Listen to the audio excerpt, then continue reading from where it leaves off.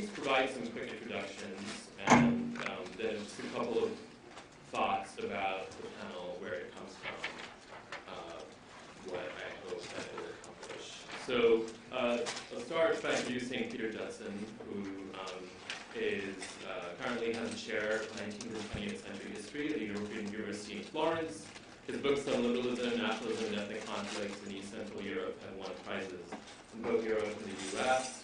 He graduated from Swarthmore in 1978, where he taught from 1993 until 2013, and first introduced an annual history of sexuality class in the spring of 1994, which has since become a legend among Swarthmore alums, taken by multiple people on this panel, at least three.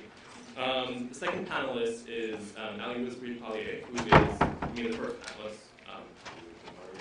Ali is a current Swarthmore senior studying history and gender and sexuality studies. She wrote a stellar senior research paper on gay and lesbian organizing at Swarthmore in the late 80s, early 90s, and has been involved in queer student organizing over the past few years. Timothy Stewart-Winter is assistant professor of history at Rutgers Newark and author of the much-awaited forthcoming book, which has recently been titled The Gay Machine, Urban Liberalism, The Rise of Gay Politics in Chicago, which will be published by University of Pennsylvania Press in 2015. Lauren Stokes, graduated in 2009, is a PhD student in modern European history at the University of Chicago. She earned a BA in history and German studies from Swarthmore in 2009 and is currently completing a dissertation entitled Families in Flux, Foreign and Binational Families in West German Migration Policy, 1955 to 1995. She's also co-director of Posited Out in Quadrangles, a history of LGBTQ life at the University of Chicago, an oral history project at the Center for the Study of Gender Sexuality, and she's also written on the chalkings of the Swarthmore campus. Lenin Shah is professor and chair of the Department of American Studies and Ethnicity at the University of Southern California. He graduated from Swarthmore in 88 with a major in history, minors in religion and economics and concentration Asian studies. He's author of two multiple award-winning books, Stranger Intimacy, Contesting Race, Sexuality, and Law in the North American West, and Contagious Divides, Epidemics and Race in San Francisco's Chinatown. So just a few brief words about where this panel comes from and what exactly I mean by the queer histories of Swarthmore. So the panel has multiple origins, and I can't even trace most of them, but I'll just say that one of its roots is an interest that I've long had and which has grown over the last 2 years in exploring the space between subjectivity and discipline. So we talk a lot about how our subjectivities, who we are, and our sense of who we are propel our research, but it's also true that our research shapes our sense of who we are, that our discipline frames our self-conception and understanding of the places and spaces of our personal histories. So I was always interested in what happened when historians became their own archives, when they started to understand their own lives in analytical terms. And if you speak to historians, it happens all the time. You can almost hear the footnotes, the reminiscences. The scholarly work that our panelists have done is a clear example of how the most meticulous histories can come from and in turn unleash the most powerful passions. I was interested then in what happened when this passion-fueled analysis might focus their sense of their own personal histories and that of Swarthmore as an institution. I also wanted to make a brief point about the spirit and philosophy of queer history. And to start by saying that queer history was never just about writing the history of queers, it was also always about the queering of history as a discipline. So it was never just about plotting queers on the timeline, but also about changing what goes on the timeline by altering our sense of what the important events are and why they're important. Like queer theory, queer history was never just about inclusion, but also always about subversion. It was always about shifting what some have called a problem space, or the particular questions that seem worth asking, and the kinds of answers that seem worth having. Queer history is impatient, not just with other histories, but also with itself, with its own ability to erase, omit, but decontextualize. It is skeptical of authority in any attempt to be declarative, representative, or fully conclusive, drawn to resolution, paradox, and zones of undefinability. The epistemology of queer history is all times the epistemology of disorientation. So my last word is that my hope for this panel is that it can help us imagine what queer history is and what it might be, that this panel will be the most successful if people leave hungry for more, asking new questions, having debates over questions they never imagined existed. And I hope that it can also help us see how an interrogation can be a celebration, how the personal and analytical can fuse into each other, and how the boundary between history and recollection is always porous, that it has an effect, not just of illumination, but also of defamiliarization, and that each history which emerges makes us wonder about all the histories that lie submerged as we walk across campus.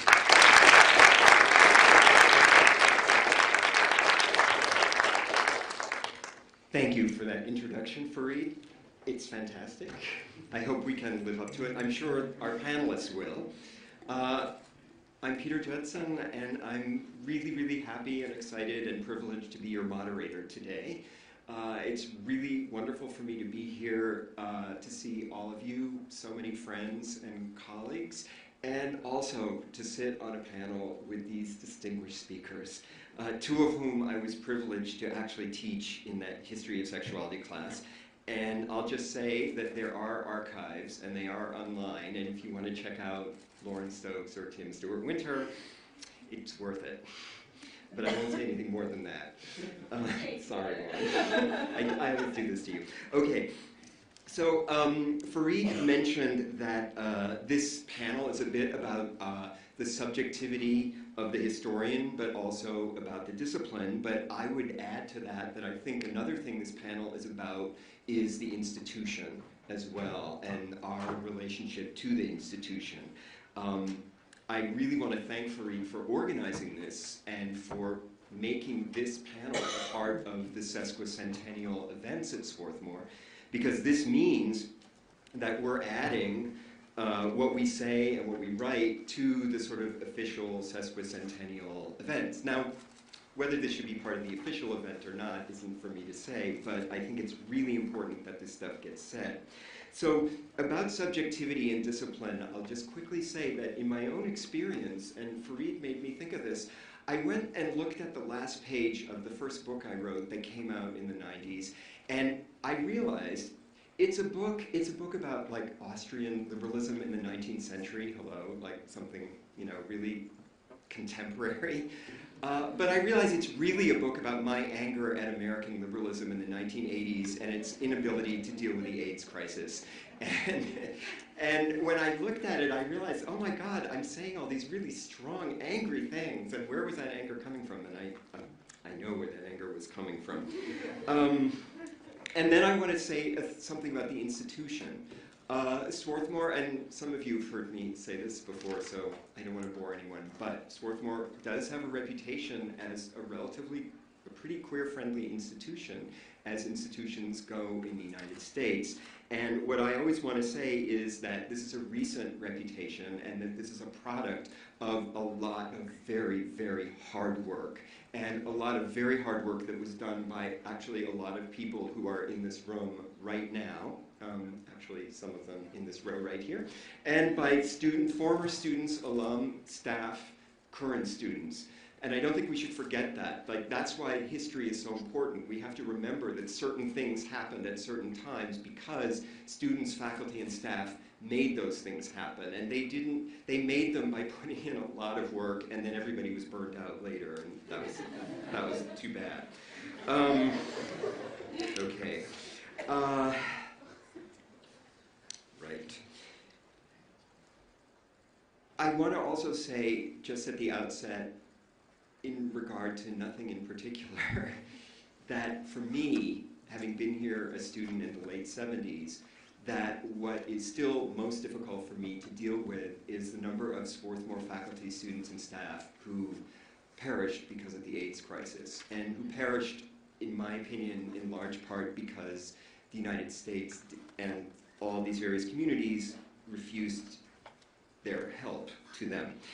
And I want to say that it's important in remembering and writing the history of this institution that many important people here, students, faculty, and staff, died, and that we lost them long before we should have. The man who inspired my entire career and who made me want to be a teacher and an academic, Eugene Weber, was one of the early ones in 1987. But I also want to, and there are many, I'm not going to name them all, but I also want to remember my friend and colleague, Jerry Wood, who, when I was interviewed officially for my job, picked me up from Ashton House, where I was staying, afterwards, and took me out dancing to a disco to sort of show me the possibilities of Philadelphia. I also want to mention that there are other historians, that Swarthmore has actually produced many queer historians, professional historians, trained historians like those on the panel, some of whom are also in the audience today. So I wanted to note that as well. Now, as far as our format goes, we will hear from Tim, Ali, Nyan, and Lauren in that order. They will speak in a completely anarchic way. In other words, we haven't told them what to do. And then at the end, we will invite your comments, questions, so that we can engage in a little bit of a discussion, which I hope we can do. So let us start with Tim. Hi, everyone. It's an amazing honor to be here and on this panel and have several of my teachers in the audience and Peter here moderating. I took Peter's History of Sexuality course my senior year with my then boyfriend, and it was, it shaped my life since then, clearly. So here goes. I wasn't out when I got to Swarthmore in the fall of 1997. I remember leaving the amphitheater after first collection, knowing that SKU, the Swarthmore Queer Union, was having a meeting for first-year students right after first collection. And I thought I might be queer. I wasn't sure. But I couldn't think of a way to extricate myself from my roommates, and it seemed too scary to, try to leave them. Somehow I imagined they would know where I was going, and so I walked back to Warden with them. But soon, that first semester, in the fall of '97, I met for the first time a number of gay and gay-friendly people my own age. There had been, I grew up in the Midwest. There was one out gay kid in my high school class, and he paid a pretty high price for his visibility. But once I got to Swarthmore, I made a number of friends, several of whom were from New York City, who had been not only out in high school, but had been queer activists in high school when they, before they got here. And they not only knew they were queer, they knew about queer politics and queer media. They knew where to find queer life. They knew that Woody's on 13th Street in Philly had 18 and over night on Wednesdays. These were things that I didn't know any of this. And I wasn't even sure if I was queer. So another thing that my new friends knew about was therapy. And they would, compare notes about who they were seeing at psych services. And so I made an appointment at psych services in, I think, December of my freshman year. And the person I saw was an intern. I have no idea where she is today or who she is. I only saw her once. And what I explained was that I had this problem, which was that I thought I was gay, but I was coming out at this unusually old age. And where these new friends of mine had come out in high school, it was confusing. I faced this unusual problem of coming out at 18. And she said to me, you do realize that you're comparing yourself only to the people who've come out already and not to the people who will come out in the future. I sort of thought to myself, that literally hadn't occurred to me. And I very quickly came out to everyone in my life, very fast. And I did so mostly through politics. I found politics a comfortable, and activism a comfortable way to come out to people. I think in some ways, coming out as quickly as I did was hard on me. Interestingly, I had my first girlfriend right as I was coming out, and when I told my roommates that I was gay, they said, well, didn't you just start dating this person? I said, yeah, I mean, yes, but why do you have a problem with that? What's confusing about that? And they were sort of mystified. But in short order, the person in the admissions office had arranged for me to stay with as a prospective student also came out. And I had come to Swat partly because I sort of wanted to be him. And I soon broke up with my girlfriend and then had a fling with him. And she got hurt. Then I got hurt because he was sort of overwhelmed by the intensity of my crush on him and my wanting to learn all these things that he didn't necessarily know himself. And so I think that first year ended up being fairly difficult overall. But I was very out after my first year. I remember in September of 1998, my sophomore year, Will and Grace premiered. I saw the first episode in the off-campus apartment of the then SKU president, who was, I think, a year ahead of me. In October, Matthew Shepard was killed, which was, in retrospect, a watershed for me, I think in some ways for Swarthmore, and really for the country. And I helped with a couple of friends, I organized a vigil under the bell tower in Tarbell. Just today, I looked at the Phoenix coverage of this vigil, and it said that over 100 people came. And then the following month, there was an incident of vandalism at the Intercultural Center, EIC. Someone discovered, coming back from Thanksgiving, what he thought was vomit in the entryway, I guess, to the IC.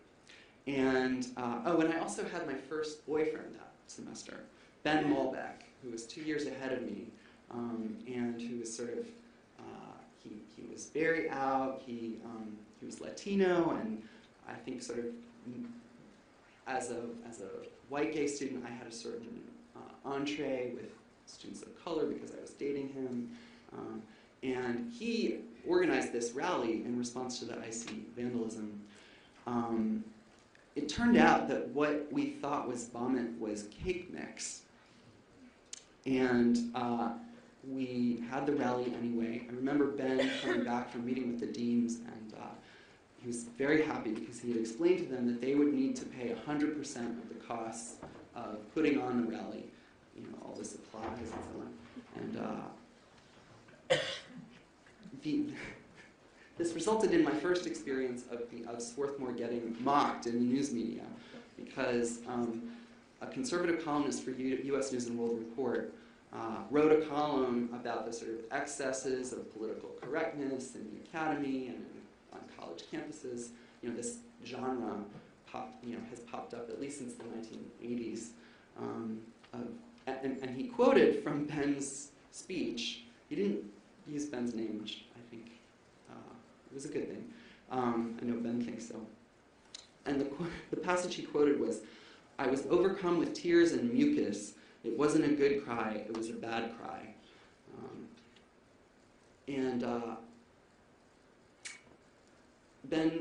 Ben went on to work for the William Way Center after graduation, and today he's the president of funders for LGBTQ issues. So he stayed an activist as well. Whereas I took a more sort of academic path since graduation. Other, over the course of my time here, I became more sure that I wanted to be a historian and that I wanted to do LGBT history. I took Chinese for 3 years, and I think in retrospect, I wouldn't have said this at the time, but I think I didn't study abroad in part because I couldn't picture being out in China the way that I could, the way that I had been here. And so in some ways, I wonder if I would have been a China scholar if not for being gay in a funny way. But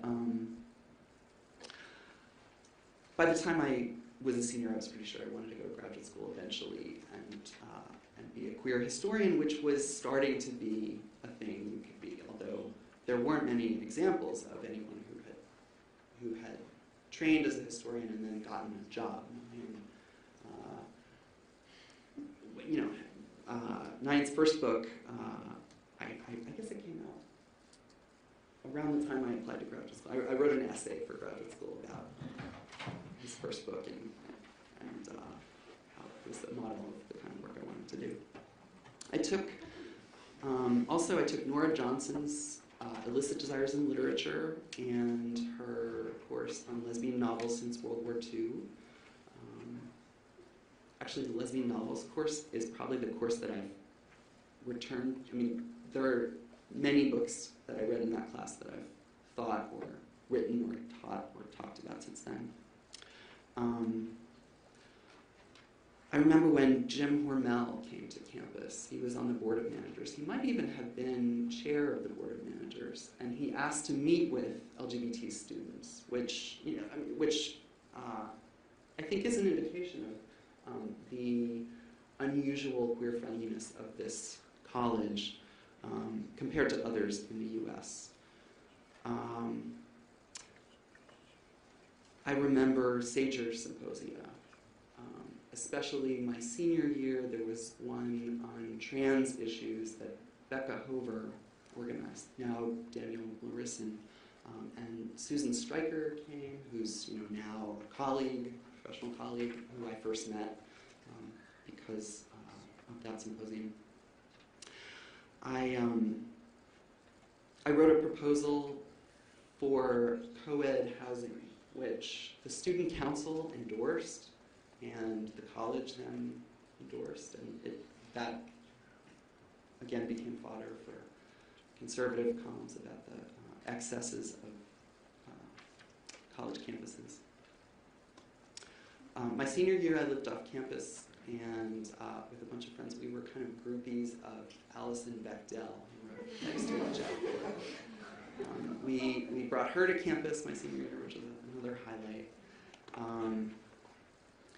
I think we also helped write a brochure, an admissions brochure, Queer and Questioning at Swarthmore, and argued a lot about that brochure. Julie Russo, I remember, really wanted it to be aimed at people who were already out as high school seniors, and I wanted it to be aimed at people like me, of course.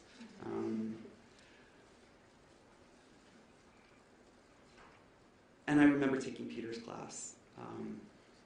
And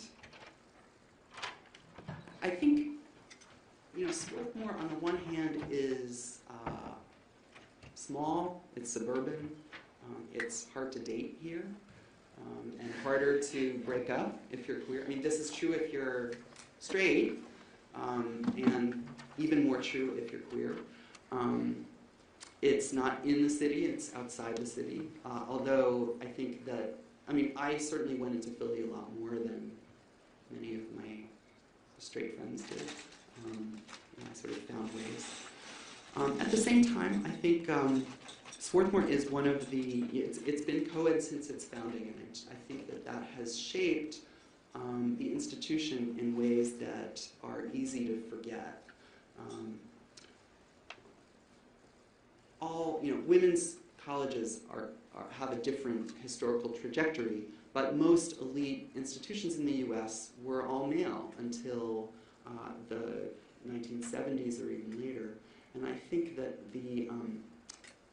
the notion of a Harvard man or a Yale man sort of has a historical footprint or influence that postdates coeducation. I think Swarthmore is a place that has never, been about shaping a particular sort of version of manhood in its students.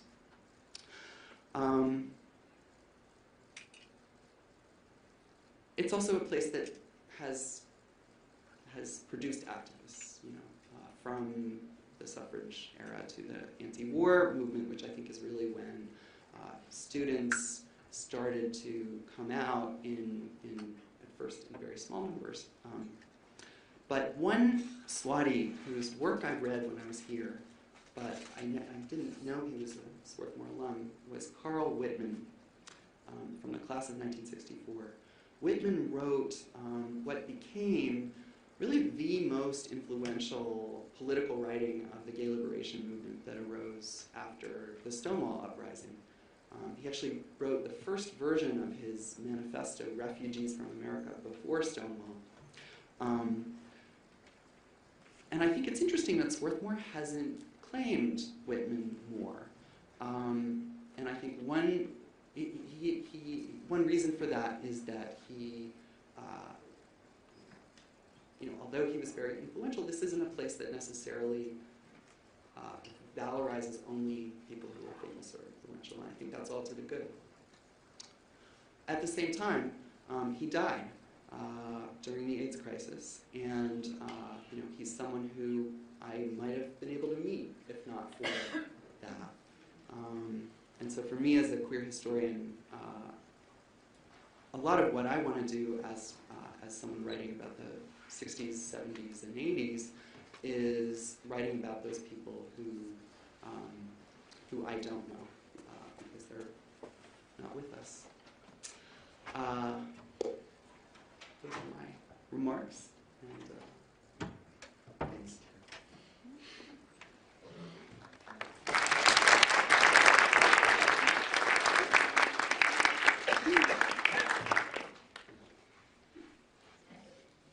So I also wanted to start by saying thank you quickly to Professor Aswar for organizing this and inviting me to speak.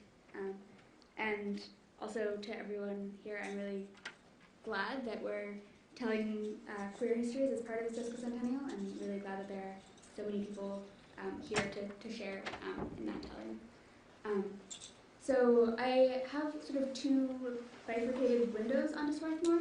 The past 4 years as a student here, and particularly as a queer student and a queer activist and a gender and sexuality studies student. And then also the window of the years between 1988 and 1993, because I wrote my thesis focusing on gay and lesbian activism in those years. So I wanted to first give an overview of the past few years, both because that's one important part of our queer history, and because I think it can help you to understand the window that I brought to my research. So first of all, I want to say that Swarthmore in many ways has been a really great place for me to be queer. I think we have that reputation as being a queer-friendly campus, and it's limited, but I have developed wonderful networks of loving, caring, and supportive people here, developed strong relationships with other queer people, which is not something I had before I came here. And I think that these relationships have allowed me to claim my own queerness and identify with that, and also to value queerness and see it as something that's worth celebrating and worth loving. And that, I think, has been coming to that point and unlearning a lot of the heterosexism that I learned before coming here was something really important that Swarthmore has allowed me to do. But at the same time, I want to make it clear that the network that I have and the relationships that I have are not representative of Swarthmore as a whole, and to really distinguish Swarthmore as a whole maybe from the really powerful networks that people create within it. Because Swarthmore isn't an oasis where everyone comes and sheds their prejudices. We don't all treat each other with love and respect just because we're all Swatis. And I think Swarthmore has a lot of mythologies, and one of them is that we're a progressive community where people don't make mistakes and people don't hurt each other. And that's false. And it's also a really, it's false. But I think having that mythology is also dangerous because it means that we don't address the problems that we have. We just pretend that they don't exist until they finally get really big and we can't ignore them anymore. And then the school sort of acts as though it's an anomaly, or as though, well, it must not have been a Swatty, sort of pretending that our prejudices have only one culprit, and that culprit has nothing to do with Swarthmore because bad things don't happen here. And so I want to start by sort of looking at some of the ruptures in my time here that have proved the ways that those things do actually happen here, and those prejudices are really real here. So as many of you know, last spring, in the spring of 2013, there was a surge of student activism after certain students repeatedly peed on the door of the Intercultural Center, which people have been doing for years. And as you said, I mean, there's been vandalism of the Intercultural Center pretty much since it started. And I think at the time, the attacks and the responses felt like part of a pattern that I'd seen in my own 3 years here, particularly a pattern of attacks on queer students. So the previous spring, which had been my sophomore spring, students were upset about graffiti, death threats, and verbal slurs towards queer students. The year before that, queer students had been physically assaulted on campus, and those instances were only the more obvious manifestations of things that a lot of students at the time knew were pervasive, knew were going on. And each time, what I think is frustrating is that Swarthmore administrators and many Swarthmore students proclaimed shock. And I think that for those of us who were already acquainted with harassment and microaggressions and various forms of exclusion here at Swarthmore, that shock reflects a lack of awareness. It doesn't reflect the fact that those things are actually shocking in the context of Swarthmore. And so as I started doing more historical research, I realized that those events aren't anomalous within the larger trajectory of Swarthmore's history either. And these instances aren't isolated instances at all. And so Swarthmore actually has a long history of ruptures and moments where campus feels filled with tension in response to some sort of assault on students with marginalized identities. And things that I've seen come up repeatedly, just going through newspaper archives, is homophobic and racist graffiti, violent counter-protest to gay and lesbian events, physical assaults on group bulletin boards and meeting spaces on the Intercultural Center.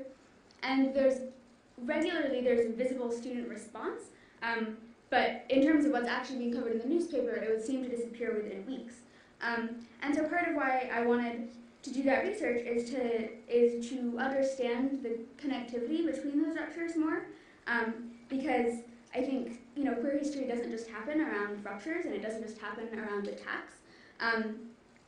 And also things don't remain the same from year to year and decade to decade. And while we see similar attacks, maybe things are actually changing. And one thing that I found that was really interesting was that in the late 1980s and early 1990s, a lot changed really quickly. So to give a really quick overview of that, in 1988, an alumnus, Richard Sager, set up a fund that the school used for an annual conference on gay and lesbian issues. In 1990, the school started having diversity workshops for all incoming students. In 1992, it established the Intercultural Center. That same year, the school started offering same-sex partner benefits. Within a year, the number of out faculty pretty much doubled, and queer studies curricula started being offered for the first time, which is really incredible. And I think of Swarthmore as a place where change happens not that quickly at all. So that was exciting and raised a lot of questions for me, such as how did that happen? And also, why did a change in campus culture not happen at the same time? So why do we still have these ruptures with seemingly similar regularity now, as we did before all of that incredible change happened? And so one sort of window that I wanted to bring to that was to look at what was happening nationally at the time, to sort of understand the Swarthmore context, because I think we talk about Swarthmore as a bubble, and it clearly isn't. So I was looking at 3 trends that were happening in this time period. In particular, the rise of neoliberalism and the commodification of higher education, the rise of multiculturalism, and the rise of queer theory. And those developments were interesting because they raised questions such as what the purpose of a university is, whom it's supposed to serve, how learning happens, what inclusion means, which are all questions that we're still grappling with and we're still dealing with the ramifications of those changes. So to give a brief overview of how I saw those trends as being relevant, neoliberalism was a trend that meant an increasing emphasis on image and on consumerism. And particularly, under neoliberalism, colleges became a product and brand themselves as having certain attributes. And so in that context, social justice values become a selling point more than they're a part of the institution's educational or social project. And one side effect of that is that students can become depoliticized and they buy into the university's corporate image and promote it rather than fighting the problems they see. And that's not always true, but I think it does explain Swarthmore exceptionalism, because people here think of Swarthmore as being the site of social justice because we say that we are and we brand ourselves that way. And so then people are surprised when we're not all that we say that we are. And so then, at the same time, you have multiculturalism and queer politics emerging as ways that activists try to fight these trends and try to imagine alternatives. So multiculturalism was a theory and practice that started as a way of re-envisioning exclusive institutions to be inclusive and affirming of a range of identities, which is exciting and has a lot of radical potential. And unfortunately, within a neoliberal framework, multiculturalism often becomes co-opted to allow more individuals access to oppressive institutions without actually changing the nature of the institutions. And so Swarthmore can brand itself as being a multicultural institution without looking at the ways in which students remain marginalized throughout their time here.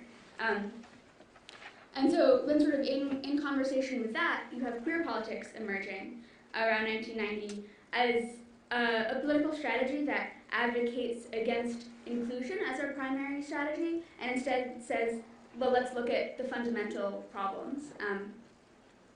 And some of the ramifications of queer politics that are maybe most visible are the move away from identity politics and away from single-issue politics, and a call for addressing the intersections of systems of power in perpetuating exclusion. So I think to move on, to be more Swarthmore specific, one part of queer life is what campus culture is like. And something that just jumped out of the Phoenix archives when I was reading through them is this conversation about political correctness, which became a buzzword, became a big idea in the time I was studying. And what's really interesting about political correctness is that no one actually likes it. So you have some people writing into the Phoenix saying, my free speech is being restricted.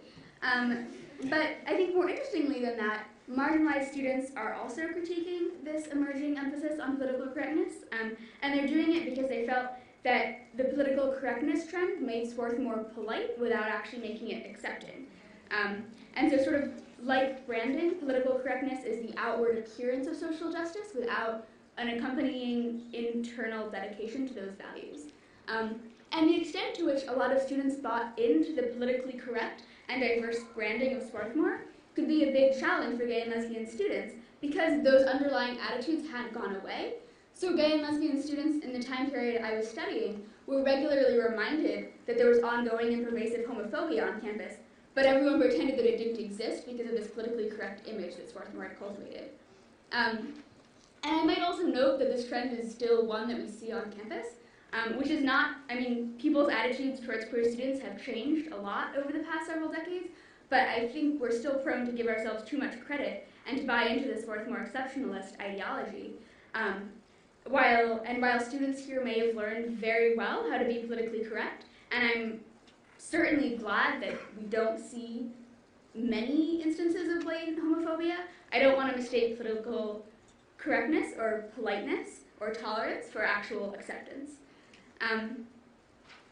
But I want to move at this point to think about how gay and lesbian students organized in response to this, because I don't want to just define gay and lesbian experiences in queer history through campus attitudes or through ruptures. And in particular, I want to focus on organizing, because that's a place where students really actively claim agency in wanting to change the institution. And I think organizing was an essential part, and remains an essential part, of Swarthmore life and education for a lot of students here. And particularly in the time period I was studying, the gay and lesbian organization became a lot more visible and active, and began demanding and achieving various structural changes, as I outlined earlier. So I would categorize these changes into two broad categories. One is academic and curricular change, and the other is structural and institutional change. And of course, those are closely related.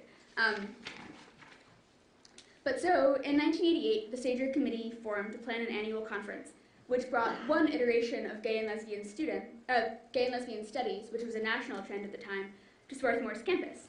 And that committee served as an intellectual and an activist hub. So it was pushing for curricular change and also for policy change. And one of the big changes that they achieved was instituting same-sex partner benefits for faculty and staff.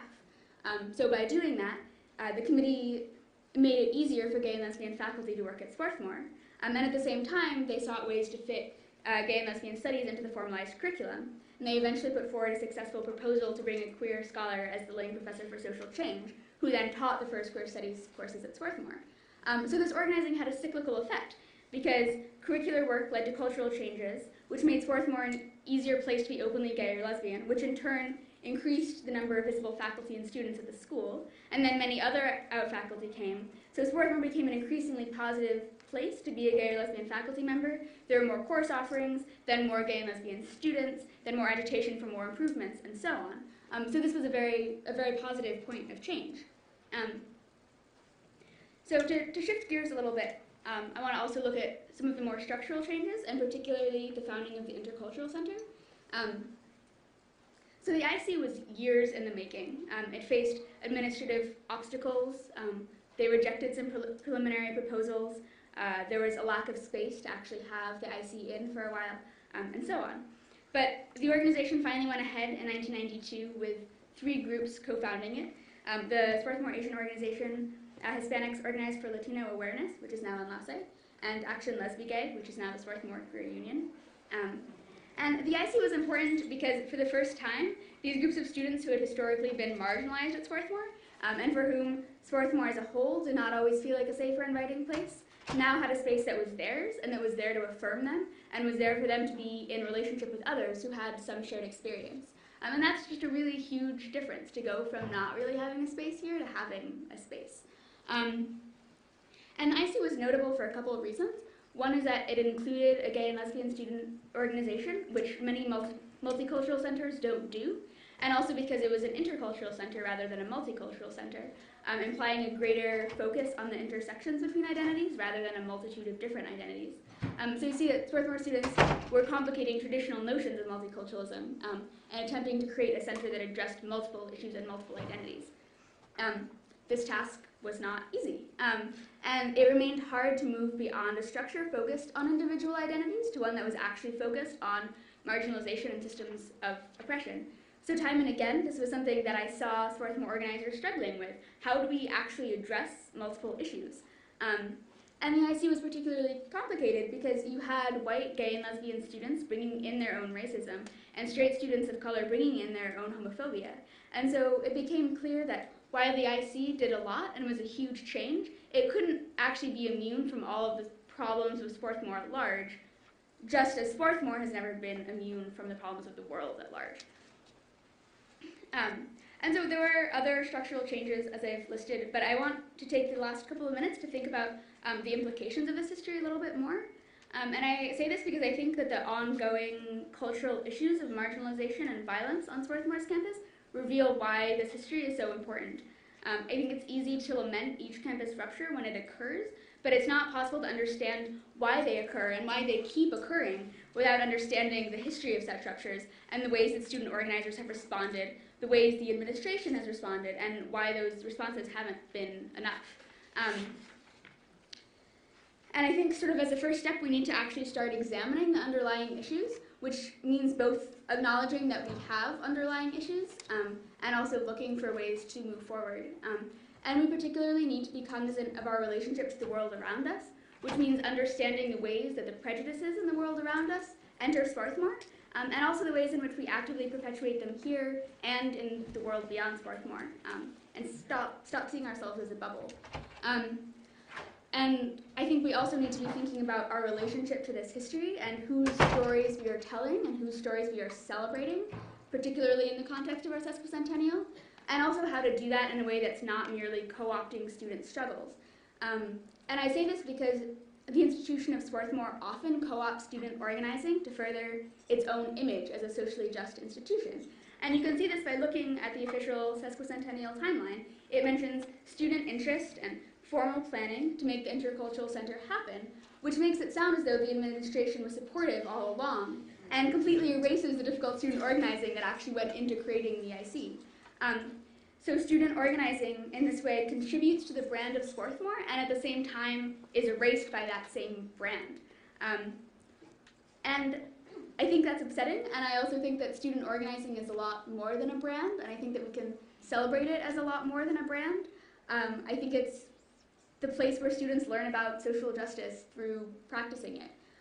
It's a place where students imagine a different future and actively intervene in local community practices and policies to create those futures that they desire and need to the best of their abilities. And I think that organizing, to an extent, can be a liberatory process itself. And above all, I think that work deserves to be honored and celebrated as part of our history and as a critical part of how we are where we are today. And as we're celebrating the sesquicentennial in particular, I hope that the powerful stories of student organizing can be centered, and we can really think about the work that students have done to get us here, and also remain grateful. I know I personally feel really grateful and indebted to that history of student organizing that has gotten us where we are now.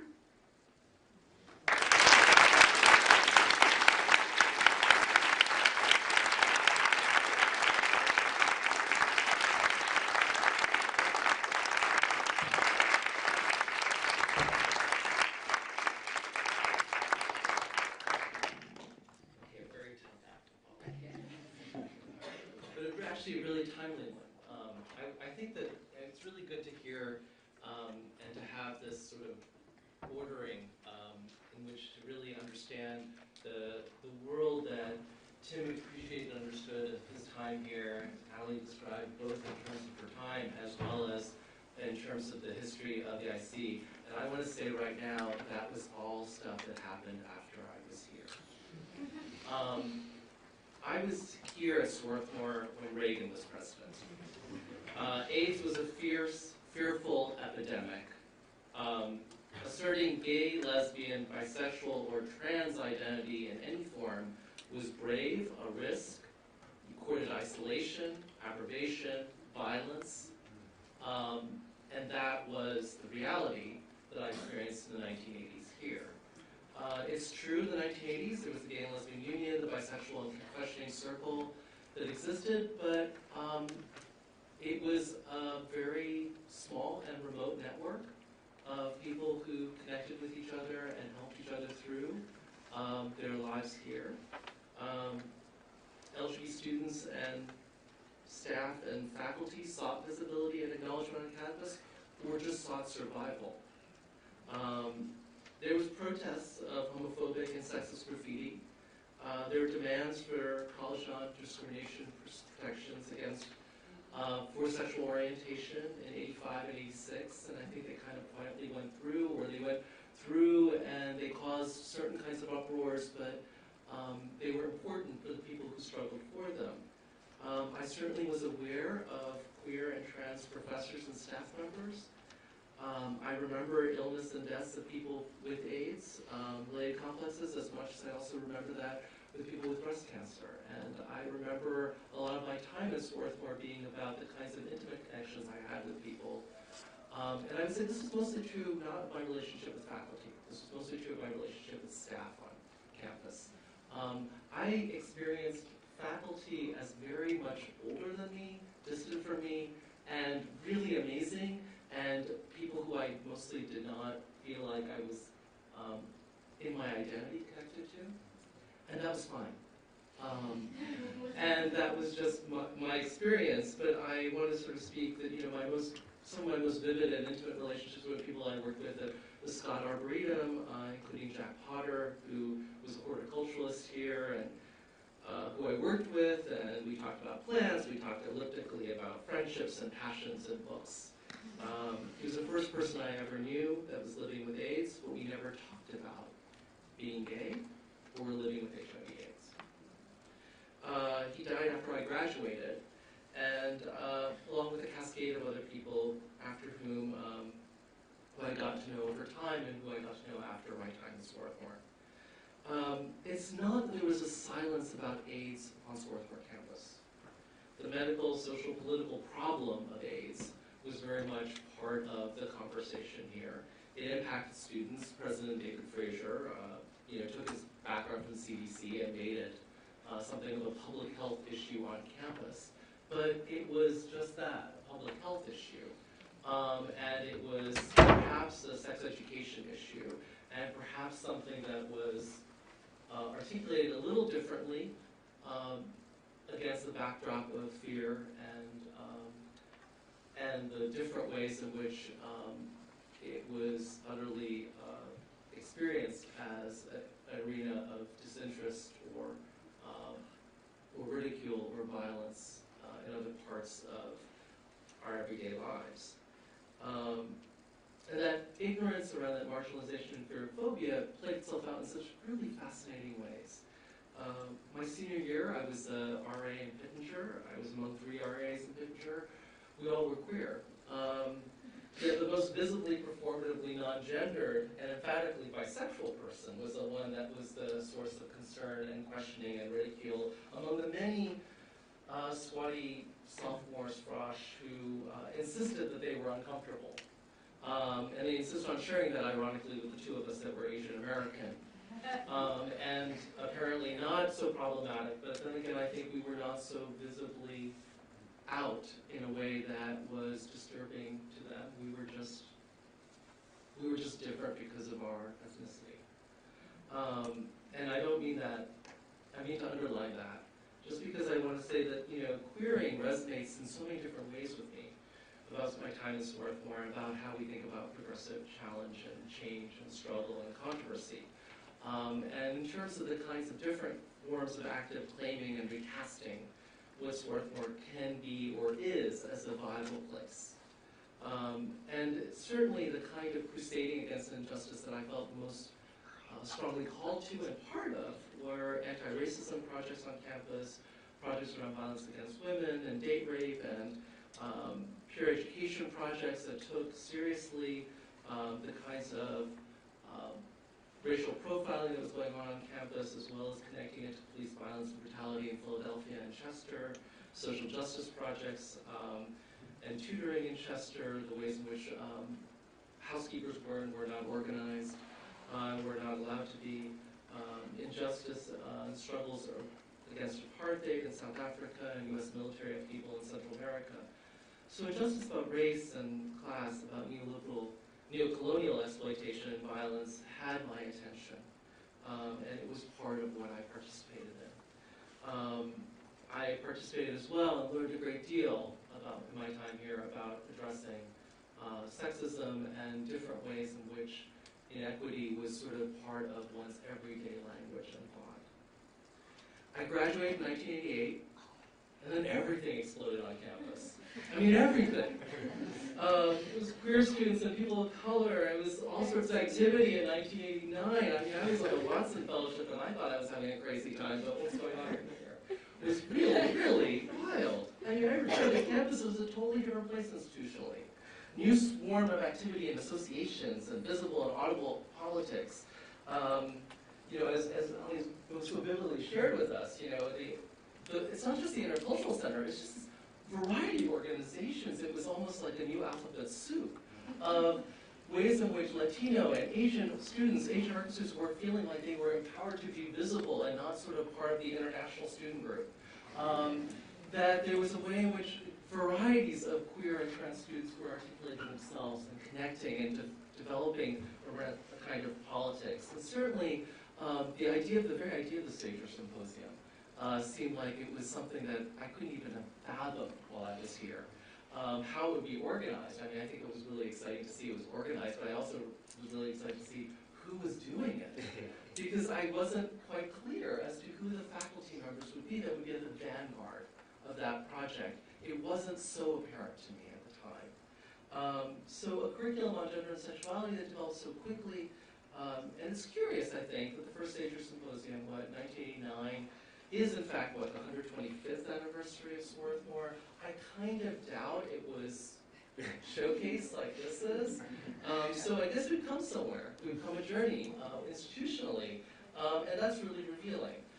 Especially, it was the titling of the first symposium was what, Revealing the Unspoken, which I do think was very much emblematic of what seemed like it was my experience in the 80s. Revealing the Unspoken, Gay and Lesbian Studies in the Academy. It was an important inauguration of LGBT studies on campus, perhaps not, as I said, part of this official event, but it was actually part of the swing of things. And I want to say a little more about that in relationship about what happened to my life afterwards. It felt very resonantly queer after I left here. And that wasn't just because Swarthmore was some sort of bubble, it was just because it was the times. Living in Chicago and San Francisco in 89 to 95, 96, I was in the swim of my time, which was an epoch and generationally the moment of AIDS activism, moment of queer activism, disruptive political pride marches, raves and dance clubs, robust assertions of queer, color, and transnational diasporic communities, demands for visibility, and agendas to change worlds that were knitting together communities and affiliations, transforming politics in many different registers, transforming culture, creating new and creative social expressions that traverse geography, new queer cinema, new fiction, activist networks, different kinds of zines that were erupting everywhere. It was an extraordinary historical moment. And it took a lot of building to create that. It took a lot of anger, a lot of energy, a lot of desiring the world to be different, and wanting to make that change and make that change now, urgently. And I believe that so much of what I experienced in the 80s, therefore, in terms of my time at Swarthmore, in which I felt resolutely active, and I felt very called to in a variety of different kinds of social justice politics and transformations, were part of that process. And it was interesting to me that the register of queer identity, queer politics, became an avenue in which I could do many other things that mattered to me in the 90s. And that visibility and that audibility of different kinds of life stories, experience, the demands for viability, the desiring of community, the risking for that affiliation and solidarity grew that much more intense, rather than a sense of isolation and disorientation that was leading to forms of jeopardy. And I don't mean to, I mean to underscore that there are different ways in which people continue to feel forms of jeopardy and risk, continue to do so. But that the avenues for finding ways of making change or connecting had transformed radically. And it's hard, I like to study the past, deeper past. It's harder for me to actually sort of say about myself that I'm really able to sort of give the temperature of what's happening of the present I'm in. But I think it's important to understand that there is an exciting moment to reflect. I was reflecting on this recently at a symposium about the inauguration of queer studies and queer theory, and how it sort of had a way of connecting to race and class politics in ways that I think don't get remembered as much in sort of development of the different fields. But in Queer Now, Eve Sedgwick suggested that queer can refer to that open mesh of possibilities, of gaps, of overlaps, of dissonances, resonances, lapses, and excesses of meaning, when the constituent meanings of anyone's gender, of anyone's sexuality, aren't made or can't be made to signify monolithically. That is that kind of heterogeneity of what queer theory does, what queer politics have been doing in different ways, which is to diagnose and make readily visible and audible the incoherences, the dissonances, the lapses, the excesses of meaning that don't make stable relationships between chromosomal sex, gender, and sexual desire.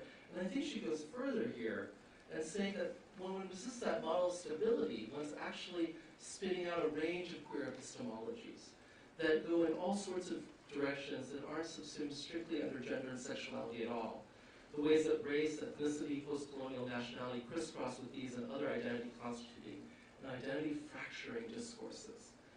And it's that practice of being made and undone, of being recognized and finding something different, of wanting to not constantly circulate, which I think is that struggle that challenge that is, I think, so important for the ways in which people find understandings of how to affiliate and associate.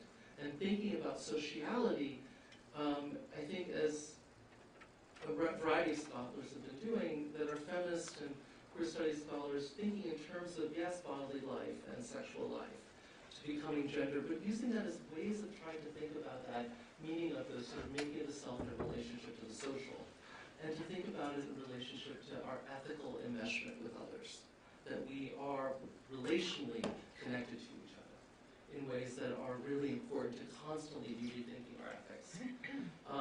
And that process of rethinking our ethics, that process of the challenge around what constitutes affiliations and associations, what is anti-normative, that makes me think about what's normative about Swarthmore College. Circa 1980s, it was as intellectual, inclusive, consensus-based, progressive, social justice oriented. But it also produced different ways and different ways of articulating dissonance and disassociation and rendering of wanting some sort of association to happen, that desire for healing to happen, which I know is brought up every once in a while after particularly intense ruptures, but it is interesting because it does produce a certain kind of idea of what one's ethical regard and relationship is. It does it, however, by bounding this community called Swarthmore and saying that there's certain people who belong here, and then there are other people that maybe just be passing through, and how interesting that they're here. And everyone needs to be a little bit accounted for. And I think that's where I want to put a little pressure on what we might want to think about queering Swarthmore. That is, what kind of life world making are we thinking about? What kind of space is this, and for who is this space? And thinking about the space not just in terms of the geography, a set of buildings and beautiful grounds, a certain kind of set of pathways about how people think of their education or their becoming or their work. But to think about some assumptions that ground some of our thinking. One, this panel is emblematic of this, I think, is that this is a privileged site for students. We're talking about student experience. And I think it's really important to wonder, what does it mean if we don't privilege student experience as a central part of our alumni experience, or whatever, as a central part of what would be queering Swarthmore? And think about all the different people who come in and through Swarthmore. The groundskeepers, the housekeepers, the office staff, the faculty, the people who are visitors who are welcomed, and the people who are visitors who are not so welcomed. The ways in which we, yes, are adjacent to upper middle class neighborhoods, but we're also very close and proximate to Chester and parts of Philadelphia. And we have a variety of, there's actually extraordinary heterogeneity in this area, but it feels very homogeneous, and I feel like it's about the pathways we take. I took a walk that I often took off campus, and I realized, wow, I'm just going into the really nice neighborhoods with these stone houses and stuff like that, these crazy grounds. It looks like actually an offshoot of Swarthmore. Like, it looks like the same geography and the kind of socioeconomic future that I'm supposed to have. But I also recognize that my time in Swarthmore was one in which I actively engaged in social justice projects in Chester and West Philly. And the journeys of doing that with other people who are not just students was really important. And that sort of understanding of people coming in to campus and then what happened to them. So if we don't prioritize students, what happens to the idea of queering Swarthmore? If we think about the boundaries of the space, if we think about what those boundaries are and how they're constituted and how they're policed, and who does the policing? I think we all participate in some way of sort of doing that boundary creating. Trying to understand who's adjacent to us, what's overlapping with Swarthmore, what's subversive to Swarthmore that comes from our proximities, as well as the things that are supposed to be removed from us.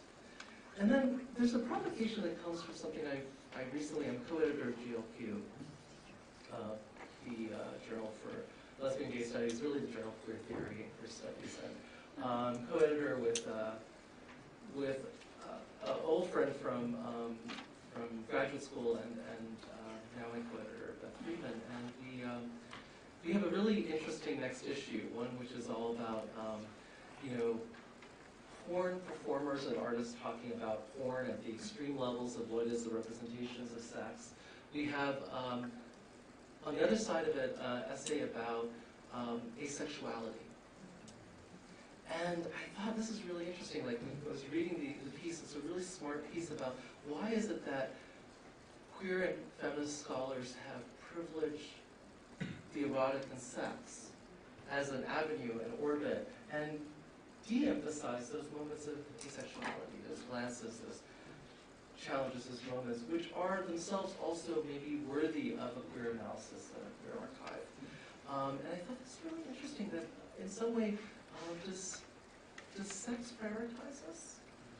What this avenue of inquiry is, and what we might think of. So if we were to think in terms of, all the relationships that we have, and what ones we ground and organize in terms of repertoire around sex and bodily recognition and sexuality, and which ones we don't. What kinds of histories are we trying to tell each other? And it's interesting to think through this in terms of the various ways I think we have a range of subversive, subversion, provocative histories. Some of them so extraordinarily documented here. We were sort of given at the onset, for someone who's been here a long, long time and done really amazing work here, a kind of archive of materials, which actually none of us actually are able to share with you, and I actually hope that they will be scanned and digitized and we could actually have a way of sort of experiencing them. But I think they might tell us various different things about both those moments of discovery and imagining which center queer subjects, which center trans subjects, which center people who articulate through lesbian, gay, bisexual, cisgender, trans sort of embodiments and practices and possibilities, different ways of being and organizing life and world, and those who, and alongside those, the other kinds of life stories and encounters, which I think reveal meanings, ideas, ethics, and relationships that also, as well as and in combination with, outflank normative ways of being.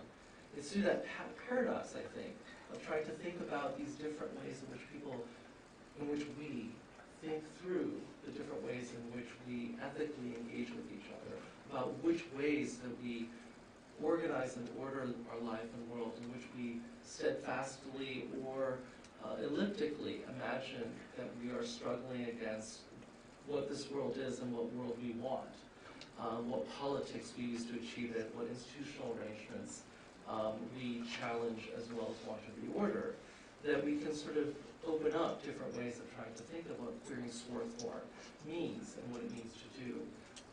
And certainly in terms of the ways in which I think we imagine what it means to live, love, be in a very queer time and place. This place, Swarthmore.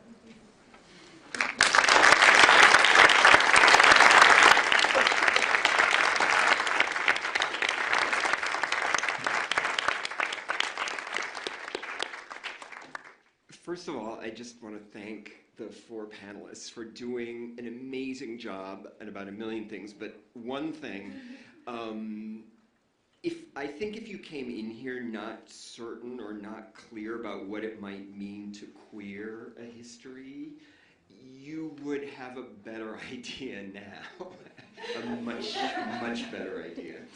I want to thank all of you for these provocative, thoughtful, reflective observations on your own experience and the way in which you link your subjectivity to what you do as historians. Ways in which I think we are also offered paths forward, which often isn't the case at panels like this. And I also want to warn all of you,